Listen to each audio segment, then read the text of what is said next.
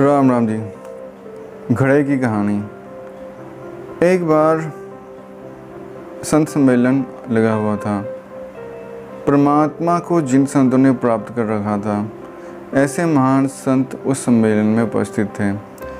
ऐसे में एक भक्त एक घड़े में गंगा जल डालकर ले आया और वहाँ रखकर बोला संतों से हाथ जोड़कर कि गंगा जल इस घड़े में मैं लेकर आया हूँ, आप कृपया इसका सेवन करें। जब उस घड़े को संतों ने देखा, उन्होंने कहा कि क्या भाग्य है इस घड़े के जो संतों को गंगा जल पिलाने के लिए आया है। जब ये वाक्य उस घड़े ने सुने तो वो घड़ा बोल पड़ा। उसने कहा, संत जी, मैं पहले मिट्टी था। घुमार ने मुझ पर कावड़ से प्रहार किया। जब मुझ पर प्रहार हुआ तो मैं बहुत दुखी हुआ। मैंने कहा कि पता नहीं इतना दुख मुझे क्यों मिला है। मुझ पर प्रहार हो रहा है, ज़मीन से मुझे जुदा कर रहे हैं। फिर मुझे एक बर्तन में रख कर गूंदा गया। पानी डालकर मुझ पर बहुत मुक्के बरसे। जब ये सब दुख मैंने सहा तो मैंने परमात्मा को बोला, हाय पता नहीं कौन से कर्मों का फल मुझे मिल रहा है। जब मुझे अच्छी तरह से पीटा गया, फिर मुझे एक चक्र पर चढ़ा दिया गया और मुझे एक आकार दिया गया। उसमें भी मुझे बहुत कष्ट मिला। फिर जब एक आकार मैंने ले लिया तो मुझे गर्म आग में तपाया गया। उसका भी कष्ट मैंने सहन किया। मैंने तो सोचा था मेरे जन्म में, मेरे कर्म में, मेरे जीवन में सिर्फ दुख ही दुख लिखे हुए हैं, सुख का लवलेश भी नहीं है। लेकिन अब जब गंगा जल मैं आपको पिलाने योग्य हो गया हूँ तो मुझे ये पता लगा है कि इतने सारे कष्ट सहने का तात्पर्य बस इतना ही था कि मैं आपकी सेवा के योग्य बन सकूं। मिट्टी के रूप में इस सेवा के योग में नहीं था, लेकिन घड़े के रूप में मैं योग्य बन गया हूँ।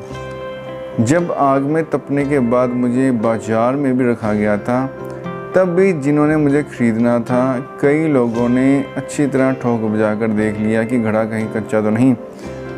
तब भी मुझे बहुत कष्ट मिला। लेकिन अब जब आपकी सेवा का अवसर मुझे मिला है तो वो सारे कष्ट मुझे सुखमय प्रतीत होते हैं।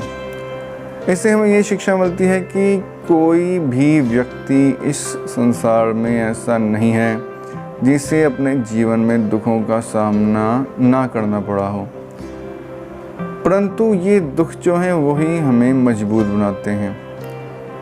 हम आज जो भी हैं वो अपने द्वारा लिए गए बुरे फैसलों के कारण ही हैं।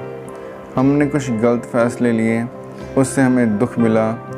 उन दुखों ने हमें मजबूत बनाया और हम फिर उस सफलता के मुकाम पर पहुँचे। ये तो वो लोग हो गए जो सफल हो गए। जो अभी सफल नहीं हैं, जो अभी भी स्ट्रगल कर रहे हैं, ये जो स्ट्रगल आप कर रहे हैं, जो आपको दुख की चोटें मिल रही हैं, वो आपको सुख पहुंचाने के लिए मिल रही हैं। उससे मजबूत होकर आप उस सफलता के मुकाम पर पहुंचेंगे जहां पर आपको पता लगेगा कि अगर ये दुख मुझे नहीं मिलता तो ये सब शिक्षा मैं नहीं ग्रहण करता, और इस शिक्षा को ग्रहण किए बिना मैं इस स्थान पर, इस ऊंचाई पर नहीं पहुंच पाता। तो ये दुख भी बहुत ज़रूरी है। गुरबानी में तो कहते हैं, दुख दारू सुख रोग व्या जा तुक ताम ना होए, तू करता करना में ना ही जहूँ करी ना होए। कि दुख दारू सुख रोग व्या, जो सुख है वो तो रोग बन गया, परमात्मा का नाम छूट गया जब छूट गया, लेकिन दुख दारू बन गया। जैसे दुख मेरी झोली में आया, मैं प्रति क्षण परमात्मा का नाम जप करने लगा, तो ये जो दुख है वो दारू बन गया कि तेरा नाम जपाने लगा। तू करता करना में ना ही जहू करी ना होए, करता तू है। परमात्मा ही सब सृष्टि का करता है।